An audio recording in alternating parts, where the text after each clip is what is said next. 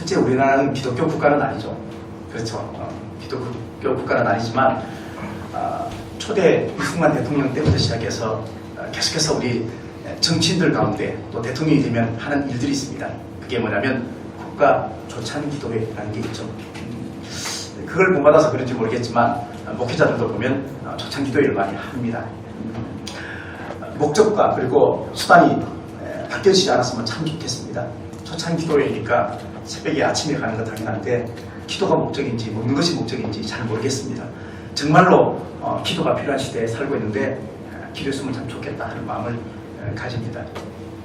역대 대통령 중에서 이 조찬 기도회에 감옥에 가거나 탄핵되기 이전에 가지 않은 대통령은 한 명도 없습니다. 근데 문재인 대통령이 이번 국가 조찬 기도회에 가지 않았습니다. 역대 대통령 중에 처음입니다. 이시호 여사의 장례식 조문을 하고 그리고 그 다음날 휴가를 내서 안 갔습니다. 그래서 기독교계에서는 이걸 기독교 패싱이다 그렇게 이야기하고 기독교 길들이기다 이런 얘기를 참 합니다. 기독교만큼 사실은 나라를 사랑하고 그리고 국가를 위해서 기도한 종교가 없습니다. 그럼에도 불구하고 북한 문제나 지금 일본의 문제나 중국의 문제나 그리고 우리의 영원한 우방이라고 생각하는 미국과의 문제 정말로 중요한 기도 제목이 산재에 있음에도 불구하고 국가 조찬 기도에 참석을 안 했습니다. 이것은 마치 주인 없는 집에 가서 신방한 것하고 똑같은 결과입니다. 동성애 반대 우리가 계속 기도해오고 있고 또 상황을 다 알고 있습니다. 퀴어 축제 다 잘 알고 있습니다. 근데 이런 문제에 관해서 타 종교에서는 거의 침묵합니다. 그렇지만 기독교만큼은 아주 결사적으로 반대합니다. 결사적으로 반대합니다. 국회의원들은 침묵으로 일관합니다. 동성애를 반대하면 젊은이들한테 표가 안 나옵니다. 그래서 국회의원들이 동성애 반대 속에 마음이 품고 있다 해도 말하지 않습니다. 그만큼 정말로 미래를 생각하고 자기 자녀를 생각하면 이렇게 할 수 없습니다. 그럼에도 불구하고 다들 침묵하고 방관합니다. 어떤 학교에서는 동성애 설교를 잘못했는지 모르겠지만 그러나 한 목회자가 거의 우울증에 걸리고 목회를 그만둘 입장이 있습니다. 그러면서 얼마나 많은 질타를 하는지 이렇게 이야기를 합니다. 동성애자보다 더 나쁘게 코너를 몰고 있습니다. 그렇게 많은 사람들에서 몇 번을 사과했지만 전혀 사과를 받아주지 않습니다. 이게 기독교의 지금의 민낯이고 현실입니다. 하나님을 믿는 목적을 바르게 알아야 되겠고 설사 우리가 하나님 앞에 온전하게 살지 못한다 해도 우리의 마음 중심에 빨리 돌아오는 은혜가 있어야 돼요. 그렇지 않으면 우리는 계속해서 기독교는 개독교 소리를 듣게 될 것이고 그리고 우리 성도들은 영적인 힘이 없어지게 될 것입니다. 옛날에 초대 우리 기독교 역사상 그리고 한국에 기독교가 들어왔을 때 그때는 쉽게 말하면 시골교회에서 목사 되면 유지였어요. 그죠? 목사. 근데 지금은 목사라는 말을 하기도 부끄러운 시대에 살고 있습니다. 그만큼 시대가 악해졌습니다. 십자가의 사랑을 말하면서 십자가를 지게 만듭니다. 하나님의 사랑을 말하면서 하나님을 팔아먹고 있습니다. 너무나 안타까운 모습을 우리가 보게 됩니다. 사랑에도 건강한 사랑이 있고 그리고 왜곡된 사랑도 있습니다. 누군가를 사랑한다는 것의 출발점은 뭐냐면요. 기억하는 것입니다. 하나님께서 우리에게 절기를 주신 것은 하나님을 기억하라는 것입니다. 맥주 감사주일 우리가 보리 농사도 안 짓는데 어떻게 감사하겠습니까? 지어봐야죠. 근데 농사를 짓고 안 짓고의 문제가 아니고 하나님을 기억하라고 하는 절기가 맥주 감사주일입니다. 하나님이 어떤 분인지 하나님께서 우리에게 베푸신 은혜가 과연 어떤 것인지 보리농사하고 상관없이 삶 속에서 베푸신 은혜를 우리가 기억하는 것이 맥주 감사주일의 의미입니다. 그리고 그 사랑은 말과 혀의 사랑이 아니고 행함과 진실함에 있다. 그렇게 이야기를 하고 있습니다. 코끼리하고 개미하고 사랑을 했습니다. 자, 머릿속에 빨리 퍼뜩 인식이 안 되죠. 코끼리하고 개미하고 어떻게 사랑을 할까? 근데 사랑에는 국경도 없고 사랑에는 체급도 없는 것 같습니다. 어쨌든 코끼리하고 개미하고 사랑을 했습니다. 주변에서 이상하게 생각했습니다. 아니 쟤들이 사랑이 될까? 어쨌든 사랑을 하면서 꿈 같은 세월을 보내다가 둘이 결혼까지 했습니다. 이해가 안 되죠. 결혼까지 했습니다. 행복하게 참 잘 살던 이 코끼리 남편과 그리고 개미 신부가 행복하게 참 잘 살았는데 어느 날 남편 코끼리가 교통사고로 금방 죽게 됐습니다. 이 아내 개미가 그냥 엉엉 울면서 막 슬프는 거예요. 밑에 있는 동생 개미가 내가 그렇게 반대했는데 하지 말라니까 왜 했어? 막 그렇게 이야기하는데 이 언니 개미는 너무 슬퍼서 막 장례식이었습니다. 장례식 돼가지고 사람들이 전부 다 장례식장에 이렇게 가는데 막 울면서 이 언니 개미가 뭐라고 자꾸 중얼중얼 거리는 거야. 뭐라고 중얼중얼 거리면서 막 계속 우는 거예요. 너무 슬프는 거예요. 그래서 동생 개미가 가서 도대체 뭐라고 중얼거리는지 한번 이렇게 들어봤어요. 뭐라고 중얼거렸을까요? 이제 내가 어떻게 혼자 살까? 내가 어떻게 혼자 살까? 나 혼자 못 살아. 그렇게 말했으면 참 좋았겠는데 이 언니 코끼리가 하는 말이 뭐냐면 아이고 개미가 하는 말이 아이고 언제 저 큰 덩치를 다 묶고 어떻게 내가 저걸 다 묶고 어떻게 내가 저 코끼리를 언제 다 묶고 내가 새로 시집을 가나. 계속 울면서 언니 개미가 하는 말이 저 큰 덩치 언제 다 묶고 내가 새롭게 결혼하나 이러면서 계속 우는 거예요. 지금의 시대에 어떤 현대 시대의 사랑을 비유해서 이렇게 아마 이야기를 꾸며낸 것 같습니다. 감사에도 격이 있습니다. 시편에 상당히 많은 감사시가 있는데 오늘 136편은 감사시의 표준이고 그리고 모범이 됩니다. 이스라엘 백성은 이 시편 136편을 그냥 읽지 않았습니다. 교창했습니다. 다시 말하면 교독했습니다. 앞에 읽고 뒤에 따라 읽고 그래서 앞에 인도자가 인도하고 그리고 뒤에는 회중이 같이 이렇게 했습니다. 그래서 앞에 여호와께 감사라 그러면 나머지는 회중이 다 했습니다. 왜 감사해야 되는지를 뒤에 함께 합동을 했는데 우리도 예배 마지막에 설교 마지막에 그렇게 한번 하려고 합니다. 자, 실제 중요한 것은 뭐냐면요, 감사라는 것이 핵심입니다. 진실로 감사하면 사실 오늘 설교 필요 없습니다. 우리 삶에 정말로 감사가 있고 진정한 감사가 있고 그러면 감사합시다. 네, 감사할게요. 그러면 설교 끝. 많이 굳이 필요가 없어요. 우리도 그렇게 하고 밥 먹으러 갈까요? 오늘 본문을 통해서 어떤 감사를 해야 될지 우리가 생각을 해보겠습니다. 기억합시다. 첫 번째, 이유 없는 감사입니다. 이유가 없는 감사. 시편 136편은 감사 자체보다요, 감사를 받으시는 하나님에게 모든 것이 집중되어 있습니다. 이스라엘 백성의 감사는 물질과 어떤 결과에 집중하는 것이 아니고 하나님 자체에 대한 감사였습니다. 하나님 자체. 그래서 이유가 없습니다. 1절에 말합니다. 여호와께 감사하라. 감사의 이유가 없습니다. 여호와께 감사하라. 그냥 여호와 하나님을 봤을 때 다른 어떤 응답의 사실, 병고침의 역사 이런 게 전혀 없더라도 하나님 자체가 감사합니다. 하나님을 생각하면 좋은 거예요. 하나님 존재가 좋은 거예요. 그게 이유가 없는 감사예요. 이 시편 136편 1절 말씀에 하나님께 감사하라, 여호와께 감사하라, 요 한 절이 136편 전체를 다 이끌고 있습니다. 이게 가장 핵심 구절입니다. 모든 신들 중에 뛰어나신 하나님께 감사하라, 모든 주에 뛰어나신 주께 감사하라. 그래서 26절의 마지막 절에 보니까 하늘의 하나님께 감사하라 그렇게 말합니다. 시인은 어떤 이유 때문에 감사한 것이 아니고 하나님에게 감사 이유를 찾고 있습니다. 하나님 한 분이 계심으로 통해서 우리가 감사하다 그렇게 이야기를 하고 있습니다. 하나님이 내 아버지가 되어주시고 하나님을 생각만 해도 좋고 하나님 때문에 감사하다고 고백을 하고 있는 것입니다. 오늘 시대가 위기 시대죠. 그렇죠? 경제도 위기고 국방도 위기고 모든 게 다 위기 시대입니다. 가장 큰 위기는 뭐냐면요, 가정과 교회와 그리고 내 마음의 위기입니다. 근데 이러한 위기를 만난 사람들의 공통된 특징이 뭐냐면요, 원망과 불평이 나오는 거예요. 이 원망과 불평은 상당히 조심해야 됩니다. 왜 그러냐면 내 마음에서 일어나는 거예요. 근데 내가 원망과 불평을 품으면 내 삶이 무너져요. 내 삶이 무너져요. 내 혼자 생각하고 내 속에서 원망과 불평을 했는데 나중에 결과는요, 내 삶이 무너지게 돼 있어요.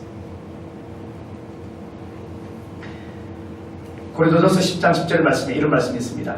그들 가운데 어떤 사람들이 원망하다가 멸망시키는 자에게 멸망하였나니 너희는 그들과 같이 원망하지 말라, 이렇게 말합니다. 11절에서 그들에게 일어난 이런 일을 본보기가 되고 또한 말세를 만난 우리를 깨우치기 위하여 기록하였다, 이렇게 말하고 있습니다.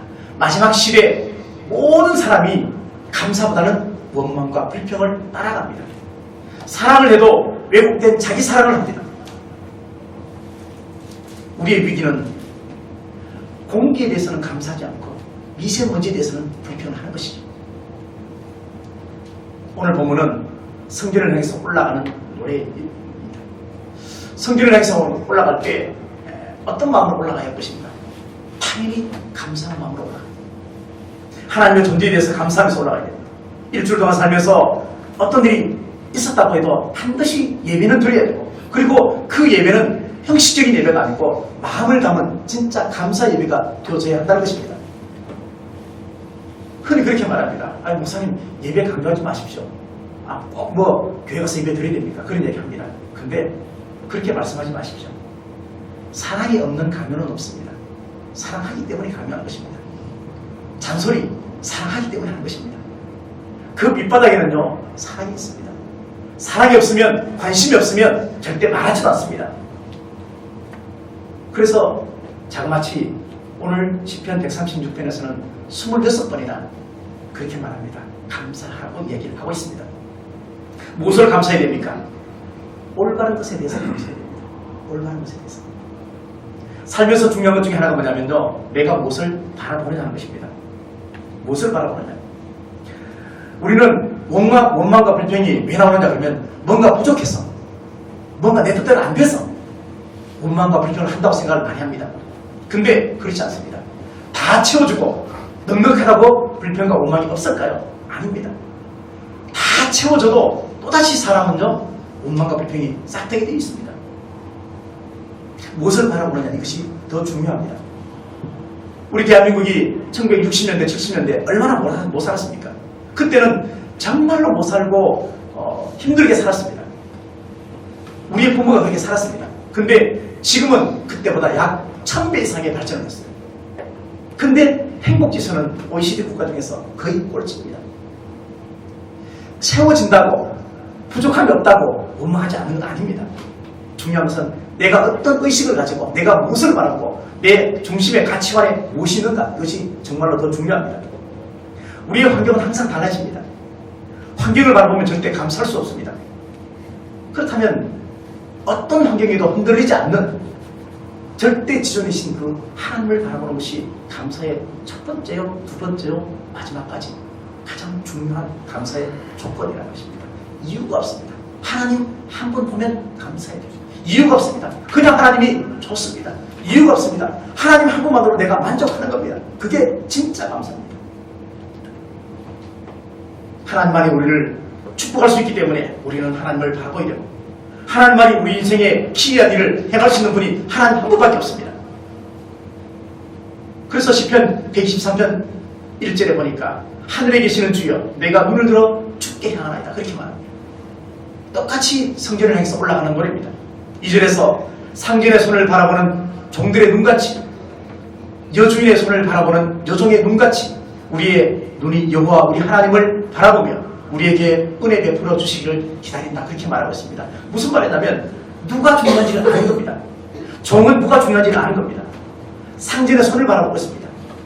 여주인의 종은 여주인의 손을 바라보고 있습니다. 왜? 그 손에서 뭔가 나오기 때문에 그렇습니다. 지혜로운 사람은 바라봅니다. 누구를? 하나님을 바라봅니다. 왜? 그분이 우리에게 도움이 되시기 때문에 그렇습니다.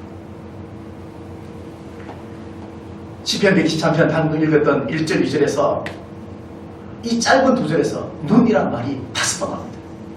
5번. 내가 무엇을 바라보느냐? 하나님을 바라보아야 감사가 나옵니다.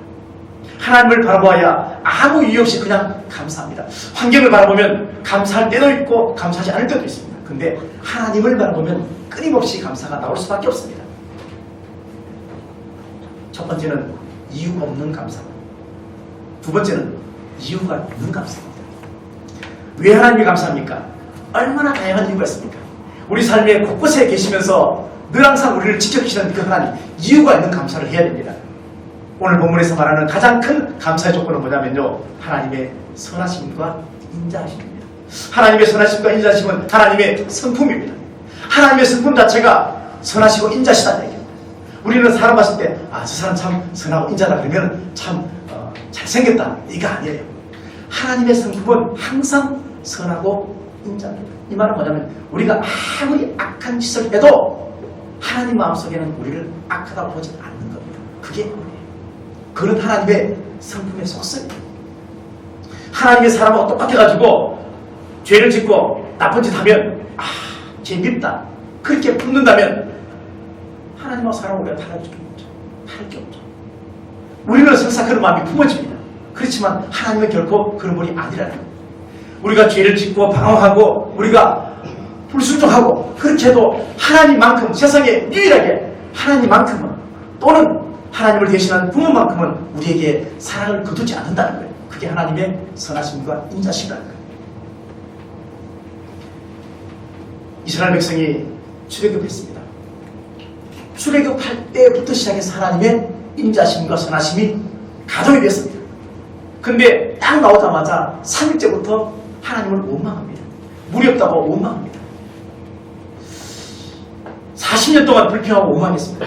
근데 하나님께서는 한결같이 때로는 불기둥으로, 때로는 구름기둥으로, 때로는 만나로, 때로는 반석을 치면서, 때로는 홍해를 가리면서 끊임없이 하나님은 인간의 삶 속에 개입하시고 그들에게 사랑을 베풀었습니다. 앞길을 인도했습니다. 이게 하나님의 선하심과 인자심입니다. 사람은 배신했지만, 사람은 미워했지만, 사람은 불순종했지만 하나님은 절대 우리를 버리지 않는 것이 인자심과 선하심이라는 얘기입니다.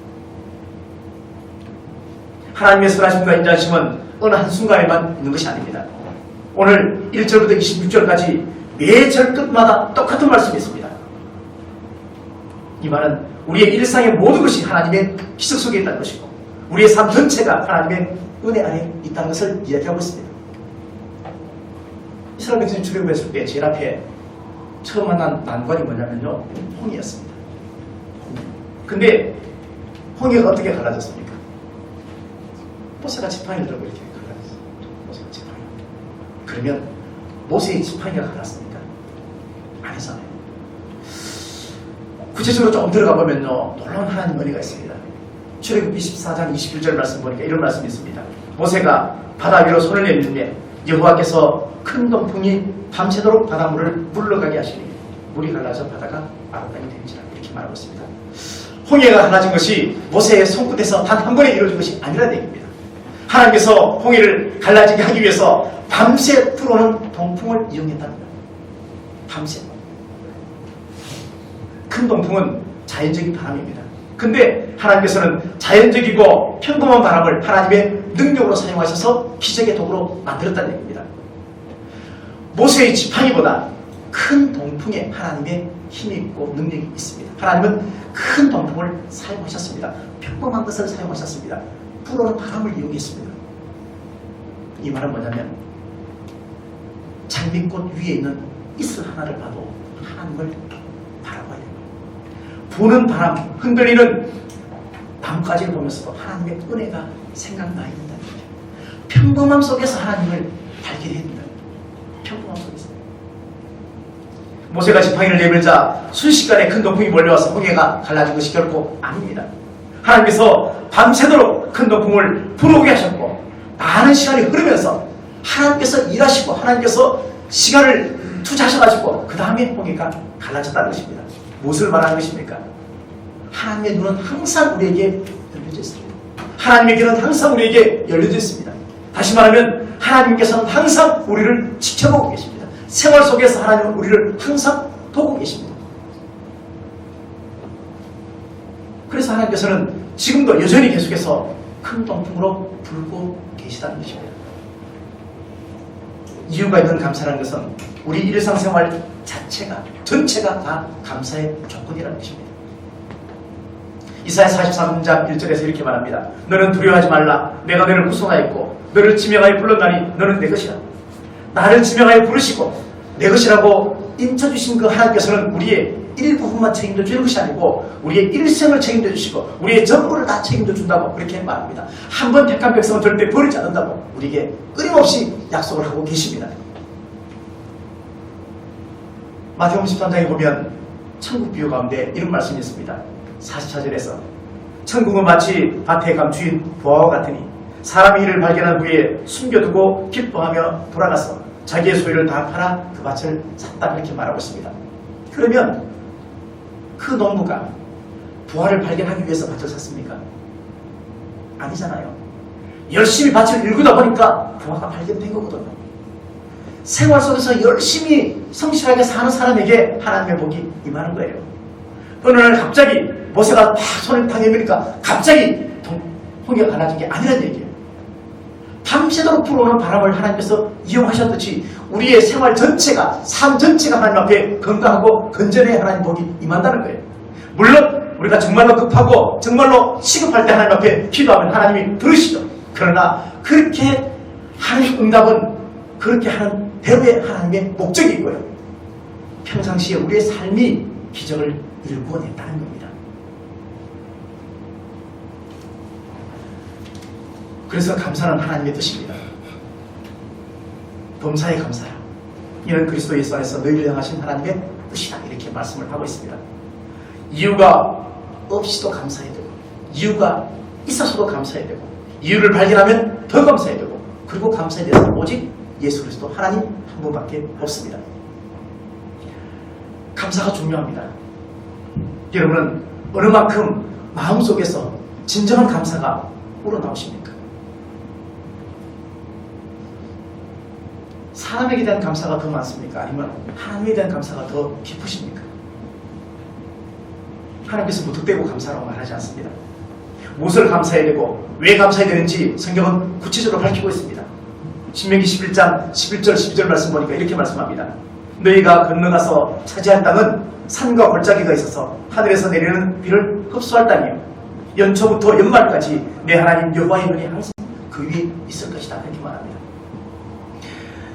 산과 골짜기에 있다는 것은 우리 인생에 고난이 있다는 것입니다. 고난이 있습니다. 근데 고난이 있음에도 불구하고 이렇게 말합니다. 하늘에서 내리는 비를 흡수할 땅이다. 그렇게 하나님 은혜가 있다는 얘기예요. 하나님께서 비를 내려주신다는 거예요. 그 골짜기가 척박하지만 그럼에도 불구하고 하늘에서 비가 내려온다는 거예요. 근데 중요한 것은 그 비를 내가 흡수해야 돼요. 내가 흡수할 마음이 있어요. 땅인데 다 같은 땅이 아니라는 얘기예요. 내가 사모함으로 내가 옥토된 마음을 가지고 하나님 말씀을 흡수할 수 있는 마음이 되어져야 하나님 우리에게 복을 주신다는 거예요. 하늘에서 비가 내리고 땅이 그 비를 흡수한다는 것은 하나님의 은혜가 반드시 존재한다는 것입니다. 이 말은 하나님이 언제나 우리와 함께 하시겠다는 얘기입니다. 언제나. 성경은 그것을 연초부터 연말까지라고 다 규정해놨습니다. 연초부터 연말까지 언제? 1년이잖아요. 근데 1년은 매년 돌아오는 1년이죠. 평생 하나님은 우리와 함께 하겠다는 이야기입니다. 하나님의 도우심의 손길은 매일매일 생활 중에 있습니다. 연초부터 연말까지 하나님의 은혜는 계속해서 우리와 함께 하십니다. 살려주었기 때문에 감사한 것이 아니고 고쳐주었기 때문에 감사한 것이 아니고 많이 주어서 감사한 것이 아니고 주님이 함께 하시면 그 자체가 감사라는 거예요. 주님이 함께 하십니다. 오늘은 우리가 맥주 감사주일로 지킵니다. 맥주 감사주일 사실 잘 와닿지 않습니다. 우리가 보리주스 별로 오늘 시대에 저 시골 아니면 잘 하지도 않고 시골에 가도 요즘 보리농사 잘 안 짓습니다. 그럼에도 불구하고 맥주 감사주의를 통해서 주는 세 가지 감사의 조건이 있습니다. 첫 번째는 뭐냐면 지나온 6개월의 시간을 감사합니다. 지나온 6개월의 시간. 연초부터 연말까지 1년 내내 우리가 감사해야 되겠지만 지난 반년을 돌이켜보면서 하나님 앞에 감사할 일들을 생각해 보자는 것입니다. 가장 큰 감사가 뭐냐면요, 이 자리에 있다는 겁니다. 이 자리에 함께 있다는 겁니다. 지난 6개월의 시간 감사고, 두 번째는요, 지난 6개월 동안에 일용할 양식을 주신 감사예요. 양식을 주신 감사. 열심히 직장을 다니고 새벽부터 일하고 춥고 더위도 참고 일한 결과로 우리가 살아가지만 그 모든 것이 하나님의 은혜 아래 있다는 것을 기억해서 감사하자는 얘기입니다. 세 번째 감사는 뭐냐면 이 땅에 교회를 주신 것에 감사하자는 얘기입니다. 신약의 맥주절은 성령 충만으로 교회가 탄생한 날입니다. 다시 말하면 맥주절은 오순절과 관련이 있고 오순절은 교회가 탄생된 것입니다. 초등학교 3학년 아이가 쓴 시 같은 글입니다. 한번 들어보시겠습니까? 제목은 하나님은 3등입니다. 하나님은 3등입니다. 1등은 하고 싶은 일, 2등은 해야 하는 일, 3등은 하나님 만나는 일. 하고 싶은 일 다 하고 해야 하는 일 다 마치고 그 위에 여유가 있으면 하나님을 만나줍니다. 하나님은 3등입니다. 어려운 일이 생길 때도 하나님은 3등입니다. 내 힘으로 한번 해보고 그래도 안 되면 가까이 있는 사람에게 도와달라고 한번 해보고 그나마도 안 될 때 하나님을 부릅니다. 하나님은 3등입니다. 거리에서도 마찬가지입니다. 내게 가장 가까운 사람은 내 자신이고 그 다음은 내 마음을 알아주는 사람이고 그 다음에야 저 멀리 하늘에 계신 하나님을 찾습니다. 하나님은 또 3등입니다. 그런데 하나님께 나는 1등입니다. 무슨 일이 있어도 내가 부르기만 하면 도와주십니다. 내가 괴로워할 때 만사를 대쳐놓고 달려오십니다. 아무도 내 곁에 없다고 생각이 들 때도 홀로 내 곁에 오셔서 나를 위로해 주십니다. 나는 하나님께 언제나 1등입니다. 나도 하나님을 1등으로 생각했으면 좋겠습니다. 만사를 다 제쳐놓고 만나고 작은 고비 때마다 손을 내미는 나도 하나님을 1등으로 모셨으면 좋겠습니다. 내게 1등이신 하나님을 나도 1등으로 모시고 싶습니다. 초등학교 3학년짜리 애가 쓴 거예요. 우리의 마음을 너무 많이 대변해줘서 부끄럽습니다. 아빠와 딸이 함께 아침 운동을 하러 나갔습니다. 운동을 하는데 공원을 한참 막 돌고 있는데 사람들하고 인사도 하고 그다음 반갑습니다 인사하고 운동 나오셨네요 그리고 막 이렇게 인사를 하고 지나가는데 지나간 사람이 이렇게 말하는 거예요. 아저씨 운동화가 짝짝이에요. 이렇게 말하는 거예요. 운동화 짝짝이에요. 이 말이 뭐예요? 운동화를 다르게 신고 왔다는 얘기잖아요. 그래서 보니까 정말 운동화를 짝짝이 다른 걸로 신고 왔어요. 그래서 딸한테 집에 와서 야 운동화 빨리 좀 가져와. 빨리 이게 뭐냐고 그렇게 말하고 딸이 집으로 운동화를 가지러 갔습니다. 그리고 아빠는 그냥 나무 뒤에 이렇게 벤치에 이렇게 숨어 있었습니다. 얼마 후에 날이 흘려버려서 막 뛰어왔습니다. 뛰어와가지고 오는데 보니까 다른 시간에 아무것도 들려있지 않은 거예요. 그래서 아빠가 야 왜 그냥 와? 그러니까 아빠 이상해. 집에도 운동화가 짝짝이가 있네. 그렇게 말해요.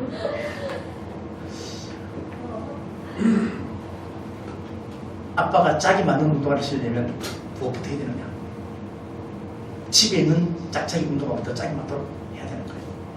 다시 말하면 지금 아빠가 신고 있는 운동화 제 짝을 찾아주려면 집에 있는 운동화부터 짝을 맞춰줘야 한다는 것입니다.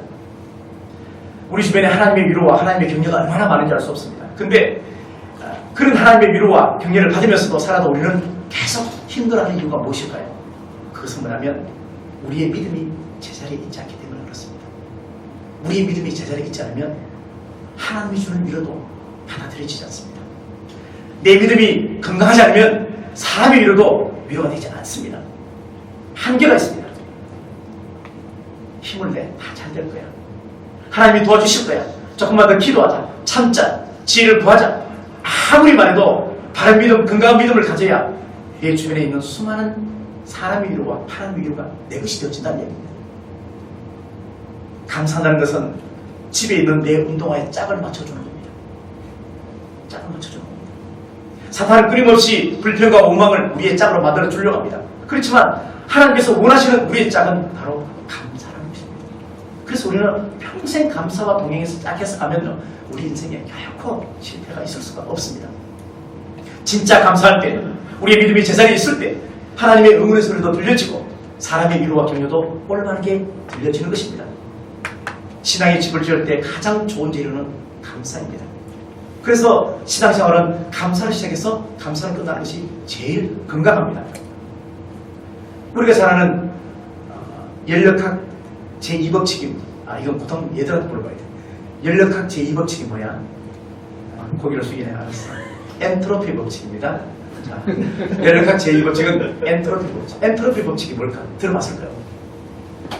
한빈아, 얘기해줘봐. 미안해. 두 물체가 이렇게 서로 맞부딪혀 있어요. 맞붙어 있으면요, 온도가 높은 쪽에서 온도가 낮은 쪽으로 온도가 내려가. 그래서 결국은 온도가 똑같아진다는 게 엔트로피 법칙이에요. 하나는 뜨거운 게 있고 하나는 차가운 게 있잖아요. 그죠? 그러면 딱 붙여놓으면 뜨거운 쪽에 있는 온도가 차가운 쪽으로 건너가요.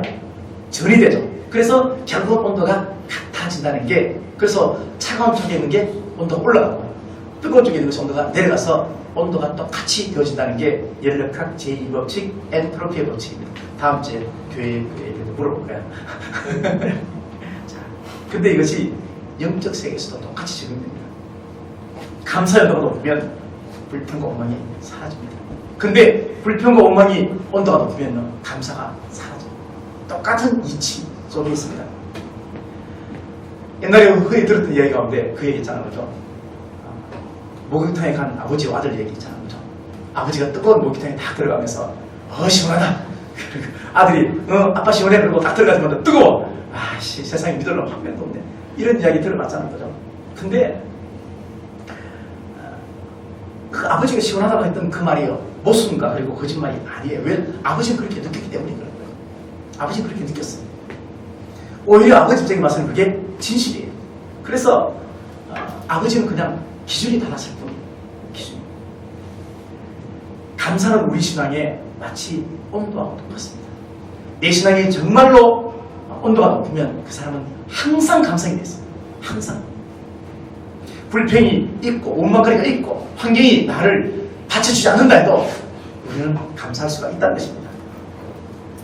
사랑하는 성도 여러분, 감사를 회복하십시오. 감사가 회복되면 모든 것이 다 회복됩니다. 하나, 우리가 믿는 그 예수님, 그 하나님, 그 한 분만 있으면 우리는 정말로 만족하다고 찬양을 다 부르잖아요. 근데 정말로 만족하십니까? 만족하셔야 돼요. 감사는 내가 싣고 있는 자책 운동을 맞추는 것입니다. 오늘 이제 마지막으로 시편 136편을 함께 교독할 거예요. 다 찾아보십시오. 제가 먼저 감사라까지만 읽겠습니다. 나머지는 뒤에 보면 여러분이 읽으시는데, 제 마음은 그래요. 오늘 설교보다 이 말씀을 읽으시면서 여러분들 감사가 회복되시고 성령께서 여러분 마음에 선하게 역사하시기를 바라면서 시편 136편 1절부터 26절까지 앞에 선창은 제가 하고 후창은 여러분이 하겠습니다. 저는 편하게 여호와께 감사라 여기까지만 하겠습니다. 나머지는 여러분이 다 읽으시면서 어떤 감사를 해야 될지, 이유가 있는 감사, 이유가 없는 감사, 범사에 무엇을 감사했는지 함께 은혜를 나누도록 하겠습니다.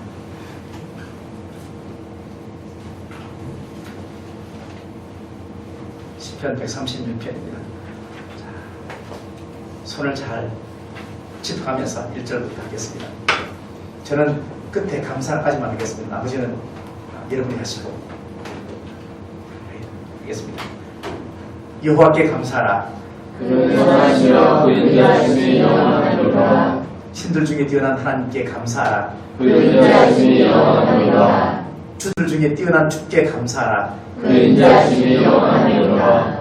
홀로 큰 기이한 일들을 행하시는 이에게 감사하라. 그 인자하심이 영원하니라. 지혜로 하늘을 지으신 이에게 감사하라. 그 인자하심이 영원하니라.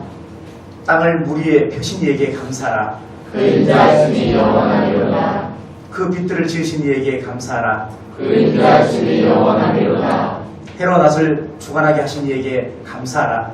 그 인자하심이 영원하니라. 달과 별들로 밤을 주관하게 하신 이에게 감사하라. 그 인자하심이 영원하니라. 애굽의 장자를 치신 이에게 감사하라. 그 인자하심이 영원하니라. 이스라엘을 그들 중에서 인도하여 내신 이에게 감사하라. 그 인자하심이 영원하니라. 강한 손과 펴신 팔로 인도하여 내신 이에게 감사하라. 그 인자하심이 영원하니라.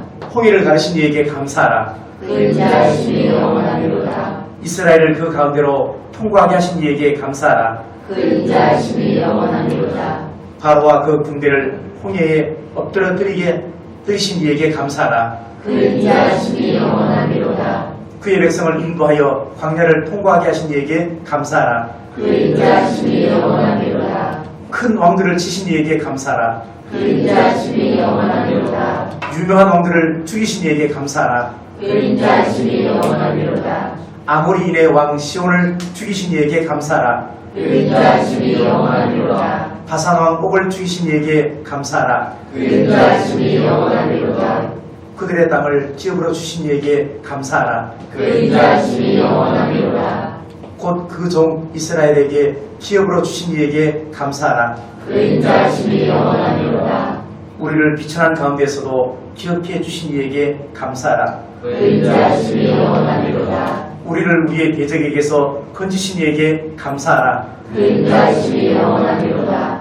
모든 육체에게 먹을 것을 주신 이에게 감사하라. 그 인자하심이 영원하리로다. 26절 같이 보겠습니다.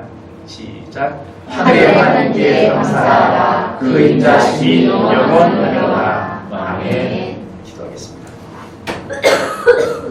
좋으신 하나님 아버지 고맙습니다. 시편 136편에서 우리에게 수많은 이유 있는 감사의 조건을 말씀하셨습니다.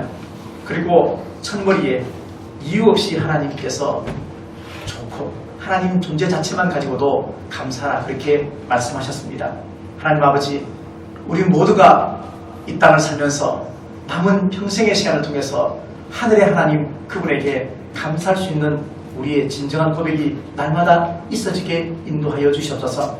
하나님 아버지, 때마다 시마다 주님께서 우리를 인도하시고 우리의 모든 것을 주관해 주시고 그래서 고난도 낙심도 감사로 바꿀 수 있고 바꿔지는 역사가 우리 안에 있도록 인도하여 주시옵소서.